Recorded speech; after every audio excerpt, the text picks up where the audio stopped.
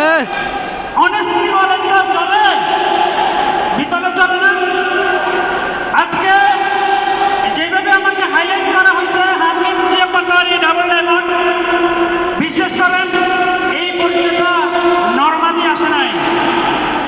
2017 সালে জয়েনিং করেছি ডিএক্সএনে, 17, 18, 19, 20। আমি এটা বলার আগে ছোট্ট একটা উদাহরণ দিই। আজকে এখানে বাংলাদেশের অনেক নেটওয়ার্কার আছে যারা ডিএক্সএনে জয়েন করেন নাই। অনেক লিডার আছেন যারা সিদ্ধান্তহীনতায় ভুগতেছেন। অনেক লিডার আছেন এখনো ডিএক্সএনে চূড়ান্ত সিদ্ধান্ত নিতে পারেন নাই।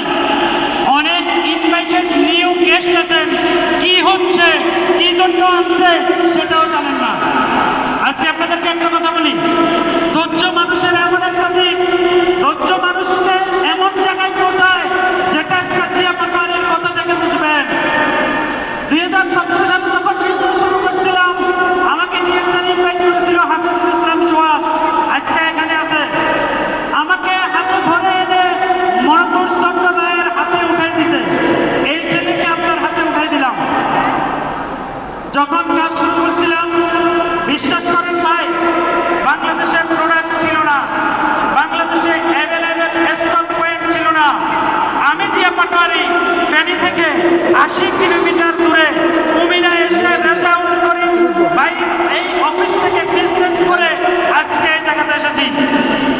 সেই সব নেটওয়ার্কের উদ্দেশ্যে বলতেছি, বিশ্বাস করেন ভাই, দুপুর বেলায় ভাত খাওয়ার টাকা ছিল না।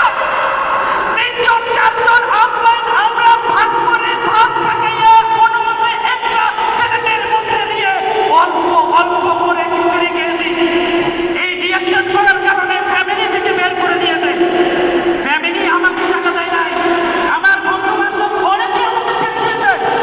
এই নেটওয়ার্ক মার্কেটিং শুরু করছি এই জন্য।